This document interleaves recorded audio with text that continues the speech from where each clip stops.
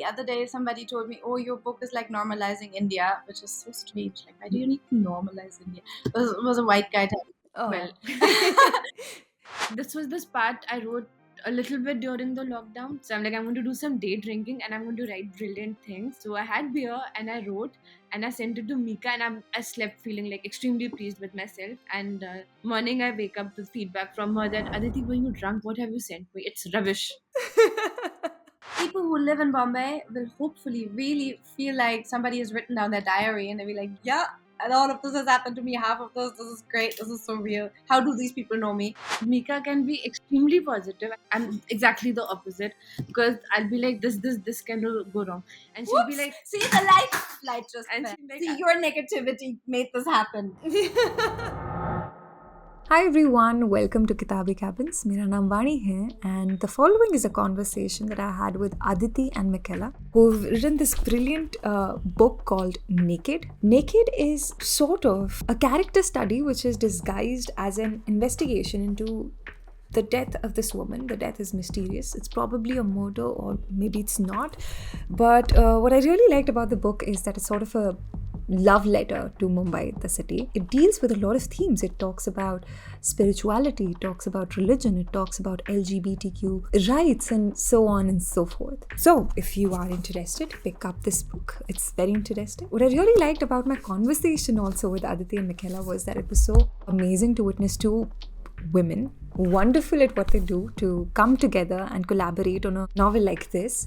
And when you sit down with them and you talk to them, you realize it was just inevitable. So I am excited for you to listen to this conversation, and let me know what you think about it in the comments below. The link to the book is in the description box below, and without wasting your time, let's just jump right in. Hi guys, how are you? Hello, we're well. How are you? I'm great. I feel like I didn't get the memo for this party. I'm the only one who's not dressed in red. I'm sorry, we were doing it telepathically. You must not be on the same. Yeah, we're not on Yes, the same there's, plane. You should start yes. writing a Oh, book, then we'll all be on the same Yeah. plane. yeah. I think after this episode, I will be able to connect with you guys about what to wear next. But this is amazing. How have you been? Good. Yeah, we've been well. Yeah, would been well. Reading things now that we're done with writing things.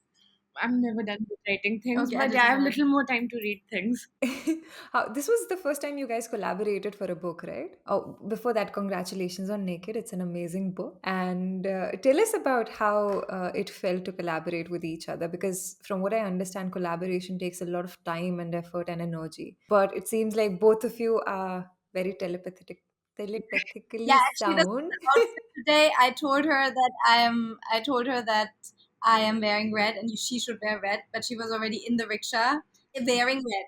So then I messaged her, I am. I am. She just messaged back, I am. And I was like, I am? She didn't understand what does that mean. I am red. So, actually, yeah. And just like that, also the collaboration in this book worked. Yeah, it was surprisingly easy. I mean, normally you would expect that a collaboration, especially between friends, could break a friendship. But no, that didn't happen. We had a few disagreements, but mostly they were amicably solved. Actually, I hate collaboration. I really do.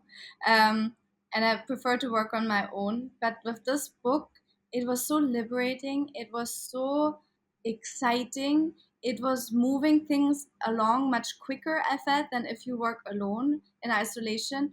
It was all the things that people tell you why you should collaborate and that never happen. Like, oh, you'll have like two minds and you'll be more creative and you'll be more efficient. All of this never happens ever. It has never happened to me, but in this relationship it was just amazing. Like, it was so seamless, it was fun, it was much more creative. It brought out the best in both of us. I Yeah, think I it mean, to was. tell you a little about our process, we were not working simultaneously on things. So it would be like I would write something, and we both at that point were working very different hours. Was much more a morning person. I would be working at night. Like at night before leaving, I would have written a lot and left it for her. She would wake up in the morning, sit with her coffee, and go through it, clean it up, make her changes, and then write ahead. So it's like, how when you're kids, you're doing this tell a story thing, and everybody's adding to it, and the Yeah. story keeps getting made along the way. So it was somewhat like that. It was like reading and writing at the same time. So in the morning you wake up and you're excited to read what's Yeah. there. And also, of course, given that we've worked together beforehand. Like I directed things that she wrote, and usually whatever Aditi writes for her screenplays, she gives them to me just for input. For feedback, I mean, which is better than giving it to my other friends, because my other friends are really kind. They're like, yeah, yeah, it's great, it's working, it's awesome. She always finds something to I'm criticize. the mean mommy. That's why my friends love. No, but that's lovely. Tell us, our readers, a little about your book, Naked. What should they expect when they pick up the copy? I think they should not expect a murder mystery. Yeah, they should not. It's often people say it's a murder mystery. There is death in it. Basically, we like to play with perception. So if you see, it's like the cover is also quite daring, and like there's a lot of nakedness, and the title is naked. The book is about perception, so we consciously want to play with that. The book also starts with a death, but it is not about death at all. So basically, whatever you think is wrong. Yeah, there are a lot of different perspectives in the book. How did that come around for both of you? Because the great creative forces that you are, I imagine there must have been certain disagreements regarding certain characters and the perceptions or the point of view that you wanted to put in the book. Honestly, we had a few disagreements regarding advancing the plot, but I think the characters we were very, very sorted on. Maybe because, like, all our years being friends, we've discussed our experiences in Bombay, we've discussed the people we've met, we've discussed how we related to things, and these characters are sort of like an amalgamation of us and all those people we've met. So we were extremely actually clear Yeah. on So the we knew characters. once the book sort of came together and the rough structure and narrative came together, we knew those are the four characters. So in this book, you will meet Iti, Abhishek, Vincent, and you'll meet a police officer, and also obviously Chinky, who is the main character. So we were very clear about those four. Even Sahil, who is the I mean, I think assistant. he developed along the Yeah, way. he developed along the way, so we weren't clear about him in the beginning.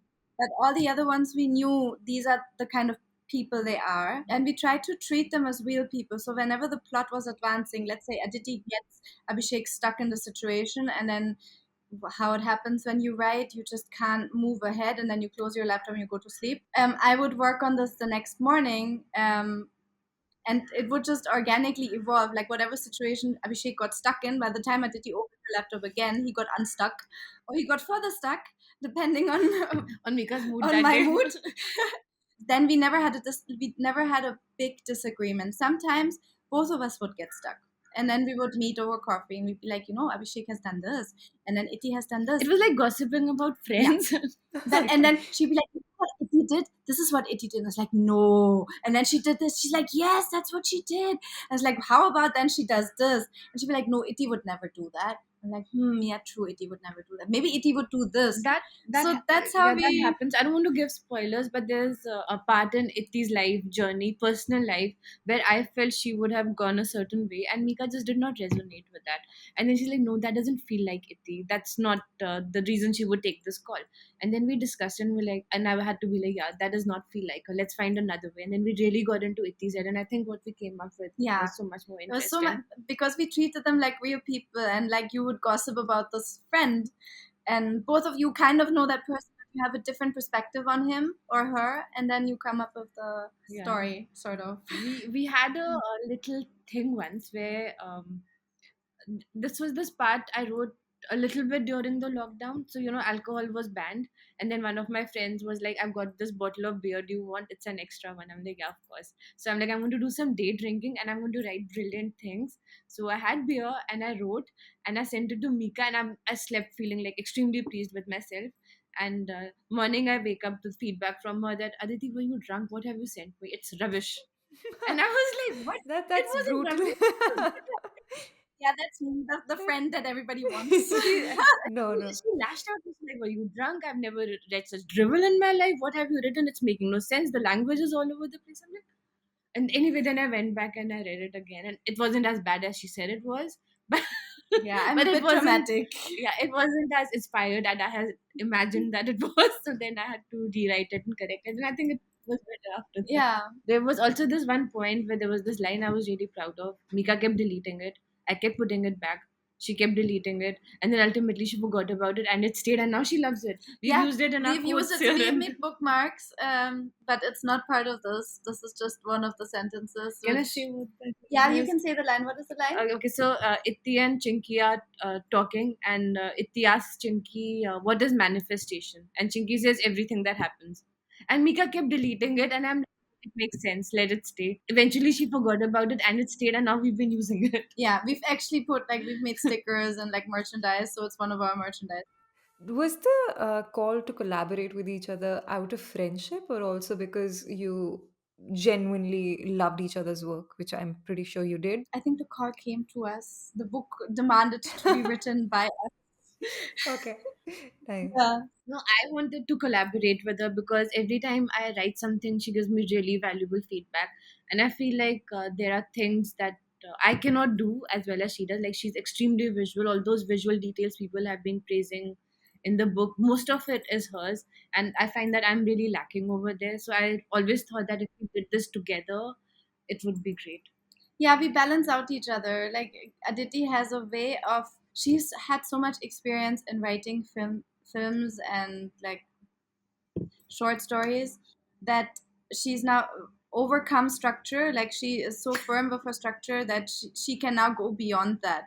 And I'm still not at that point. So when we were working together, I really felt like, wow, like I'm allowed to do things that I wouldn't allow myself to do because I would be not sure if it would be working out. So a lot of craziness in that book, like the crazy incidents, the suddenly how from one moment you go to this wacky moment which you could have never even conceived of. That's Aditi. So it's beautiful. It was really beautiful to work together because we both whatever we were lacking we saw in the other person. And Yeah. Mika is very good at the right placement for commas. I always get Yeah. that messed. Oh, you've got to teach us. Do you have any tips for us? I've been told I overuse my commas. Same me as well. Or I underuse or overuse. It's never the right It's amount of never the right. commas. Yeah. Do you have any tips for us, Mika? So my English teacher used to make us read sentences with the comma when we were learning English. So whenever I read, I say the comma in my head. I'm like, Abhishek said, comma, this is not a good idea, full stop. Oh, okay. Like, that's how I'm reading in my head. But then, sometimes there are these commas that just come out of nowhere. And I mean, that I sound so illiterate when I say that. But yeah. I'm the same. And the book is also sort of a love letter to Bombay. What are your favorite parts in the book that signify Bombay for you? So I think it's beautiful, if I can praise ourselves like this, that we go through a transition of time. So Aditi has moved to Mumbai before me. She's been here like I think 10 years longer than me. And she has seen Bombay that I wasn't able to see anymore because of the development that had already happened also with the internet and everything. So we've tried to bring in a little bit of this like STD and those The things. boots, the internet boots. Yeah, so that is brought in from her. And then because we're friends, whenever something strange happens to us in daily life, we tell each other, like, today this random thing happened to me. So when we were writing the book, she would tell me, remember you told me the story? How did that story exactly happen? And then I would remember in my head, like at the police station, a really funny thing with Abhishek. So that actually happened to me quite similarly, not to that extent. But she reminded me that this had happened to me. And then I narrated it and then we put it in the book.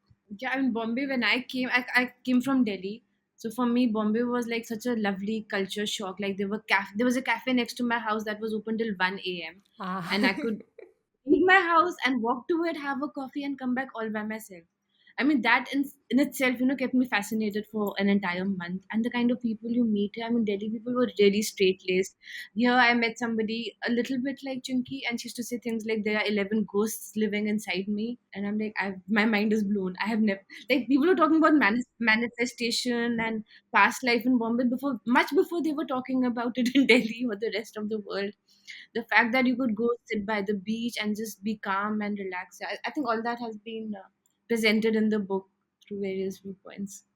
It's a love letter. So all the things that we struggled with, all the things that we love about it, and all the things that we just think are weird and deserve to be written down somewhere, they are all in the book. Yeah, and the way people are cramped inside these tiny apartments, but they love it. I mean, people in Delhi have like big 3 BHKs. Here you're living in a house the size of a toilet, and sometimes there are 5 people living there. But there is such a romance and beauty in that struggle as well. I don't know. It just feels right to do it here. Maybe not anywhere else in the world. I also want to come to what you guys are reading. I remember we've been trying to film this episode for the longest time now.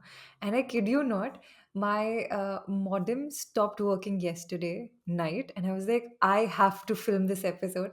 I woke up in the morning, I took a shower, and I rushed to my friend's office. And now this is not my usual setup because I was like, we have to film this anyhow. But what are you reading now? Have you guys finished the books from the previous recording or the episode that we tried to film? So you remember I'd shown you those 6, 7 books I had picked up from Shakespeare and Company. So I'm actually reading one of them now. I should have started with this because I'm obsessed. It's this book by Shirley Jackson called "We Have Always Lived in the Castle." Oh, that's a lovely cover. It's like this young girl who lives with her sister, and she basically hates everybody and she wishes everybody would die. And it's written in her voice. It's like the most weird, bizarre, but beautiful, compelling. I'm going to read everything by this author going forward. I've realized Aditi always picks up bizarre, like books with such themes. Because bizarre is like that's bizarre, Yeah. and that's the Yeah, beauty yeah. of it. I love books that have a strong narrative voice. I mean, I'm not that interested in plot. I like how things and thoughts are expressed much more. I think that's what makes it similar to our book. Yeah. Oh, yeah, I think we maybe. want to normalize the bizarre. The other day, somebody told me, "Oh, your book is like normalizing India," which is so strange. Like, why do you need to normalize India? It was a white guy Well, Oh. telling me. But if you think about it, there are so many themes that you've actually picked up in the book that actually make it a sort of, in a way, coming of age book. You talk about so many things that people don't usually talk about otherwise. But everybody wondering, you should go pick up the book and then figure it out for yourself. Yeah, yeah, pick it up. So please. I have finished this book, but I still brought it because so Aditi is also my librarian. Whatever she I sends love me to, recommending books to people. Like, matching books with personalities. That's like that kind of a matchmaker. I'm going to ask you to recommend me a book at the end of this episode I then. will. We'll have a session. We talk to each other, then I'll you'll be recommend. so happy. She's really good at this. Aditi is charging by the hour, so you I have, should start with yeah, that. you should. No, charging by the book. Buy me a coffee. Yeah.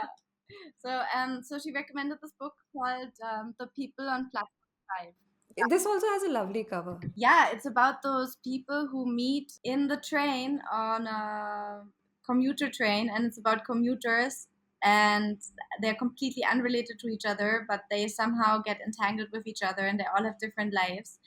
And I like that. It was very real. Also, not so much plot driven. You were just sitting with them in the train and be like, "Oh, what's going on today? Like, what can I?" I So would become like it was that. like a real, like a bit voyeuristic. Maybe it's voyeuristic, and That's a thing. that's my thing. I like to listen in.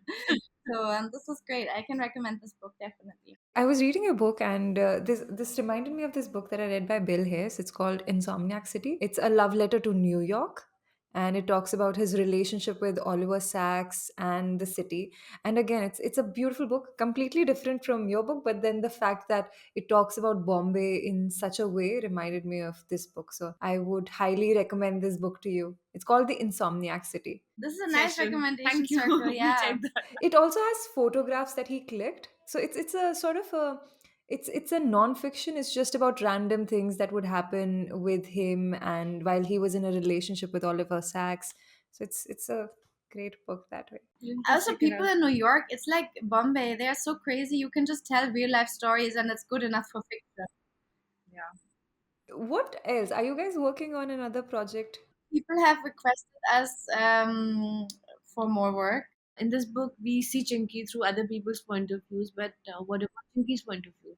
So there's been a request for I don't know, maybe a small book, something from her, which is her retelling the story, but this time from her point of view. Yeah, like a death monologue. It'll also be spiritual, like how this book is. It'll be a bit Yeah. bizarre, but it'll also give you some thoughts about what really happened. Yeah, like an extended prologue, maybe. Yeah. Let's see. And we're dabbling on a couple of other projects which are not related to the book, but other books which we receive, which are very different. So. And what were your favorite characters in the book? For me, it depends on the day and the mood. Yeah, Yeah, Okay. it really, like, if I'm stuck in traffic, I really feel like Abhishek and yeah. me bromance, like we hate the city together. The last time we tried to record it, you said Vincent. Yeah, But see, yes. see, it was in the night, and the internet did not work, and the light did not work. I was in a really bad space. That was my That yeah. was Vincent Avatar. But the book also talks a lot about pseudoscience. Like you talk about past lives, you talk about manifestation. Do you guys have certain beliefs in real life as well, like astrology, etc., I etc.? mean, not me as such, but I do have this weird thing like if I like Chinky does, like for example, if I have a coffee mug that I've not been using as often, so then I start thinking this coffee mug is feeling bad, so then I make sure that I use it. Or if something breaks and before I throw it away, I'm like, okay, go on to your next life, shit like that. It's maybe more crazy than pseudoscience. I don't know. I think that's more crazy than some. Yeah, yeah. I sometimes talk to inanimate objects and I feel like they have feelings Is that why you like me so much? because Is you're there some inanimate. yes, Yeah, like some sometimes. relationship is like it's such a stone cold heart. You're almost like an object. I can be friends with you. Oh no, come on. But I think that happens with me as well. But that's because I lived. I didn't have a sibling until I was 7, so I was a very Like lonely your child. coffee mugs are your So I sibling. got in the. Sorry. Your coffee mugs are your sibling. I mean, I got into a habit of just talking to inanimate objects because I wouldn't have any company, and it's continued until now. Yeah, it's not really that crazy, No, it's not. It feels very normal. but it's just there. It's just out of habit. Yeah.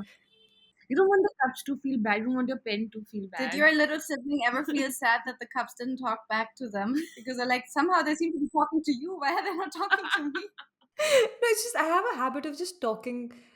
Every time I'm alone, I just talk and throw my words at things. Nobody replies, but it's very weird As now long that as I've put nobody it out. replies, I think you're I completely think we're fine. fine. Yeah. As long as nobody replies, we're good. Replying it's Then we really talk again. Oh, yes. What about you, Micah? Do you believe in all these things? yeah. I mean, all these things is a big word, but I do think a lot of it.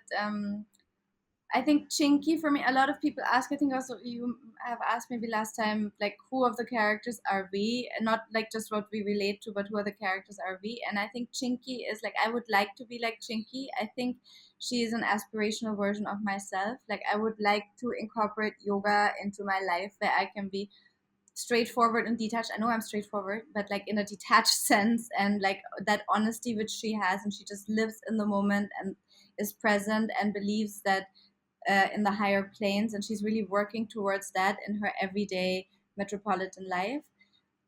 So I do believe in that things work differently on different spiritual planes, and that if we reach those planes, we're able to communicate with those planes while still living our mundane life in this crazy city, which has no space left for any kind of spirituality. If we manage that, then really magic and manifestation can happen.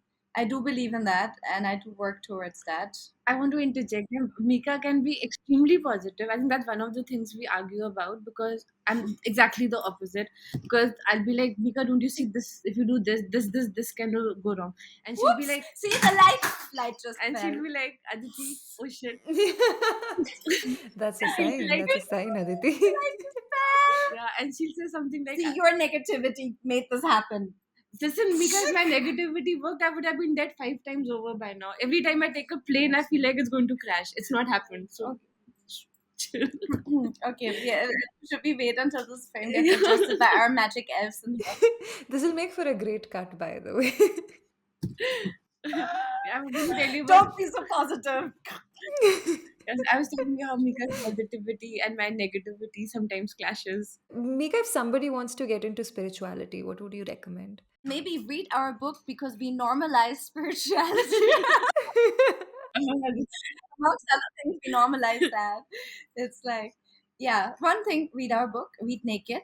And the other thing is just go inside yourself. No, I think it's all within you. Like all the answers are within you, and don't get so jaded by negative people and the busy. Negativity needs imagination. For being positive, you can just be like, yeah, everything will work out. I will sit there and tell you, see, this are the reasons things may not work out. Use your So intelligence. Aditi is just telling her her creative process is being negative, so she can imagine all the scenarios. I think my brain is completely trained to misbehave at this point.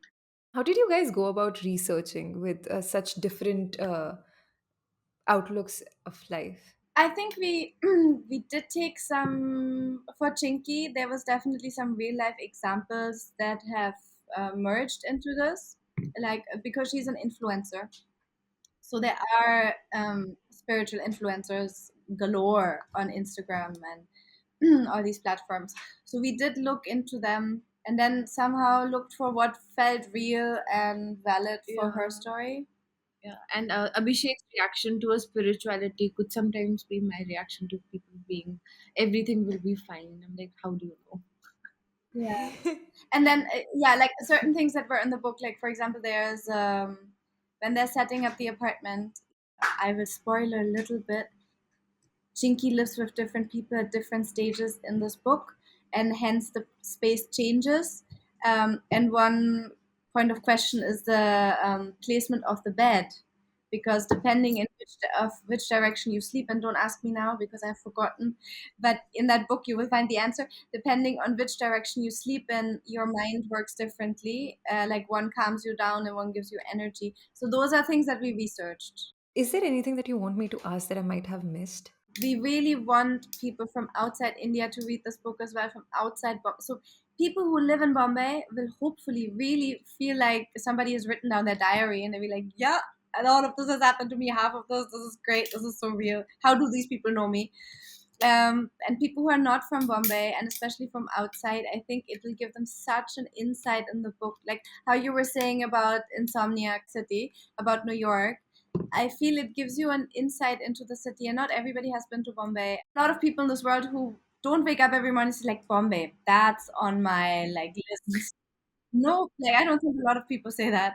So after reading this book, maybe some people will feel like, it's Let's go worth check going it there. out. Yeah. So we want people to read this from all over the world. That's really important to us. And before we go, would you just like to read your favorite excerpt from the book? So reading from Naked, our book that we wrote together. Prologue. Is this real or something you remember? Somewhere in Assam, the light falls gently, caressing like only light at this time of the day can. The row of small houses on the almost darkened street. A child is playing alone. A man cycles slowly. Wherever it is that he's going, it can wait. He takes the time to enjoy the gentle breeze on his face. In the corner, a pair of lovers take advantage of the shadows to exchange a quick kiss. It's either dawn or dusk. It's difficult to tell, or perhaps irrelevant. A hut, aitas, made of bamboo and a roof of tin covered with dried palm leaves, a little front yard with a vegetable bed laid out with dried mud and some rose bushes protected by a low fence. The wooden door, with its faded pink color, is framed by a neem and tulsi tree on either side. Through a clean window, soft rays of light enter, lighting up what they choose to and leaving the rest in shadows. The light refuses to decide, it plays the shadows and teases Chinky's face as she moves, making it by turns pretty or plain, ethereal or stodgy. Her expression remains consistently tragic.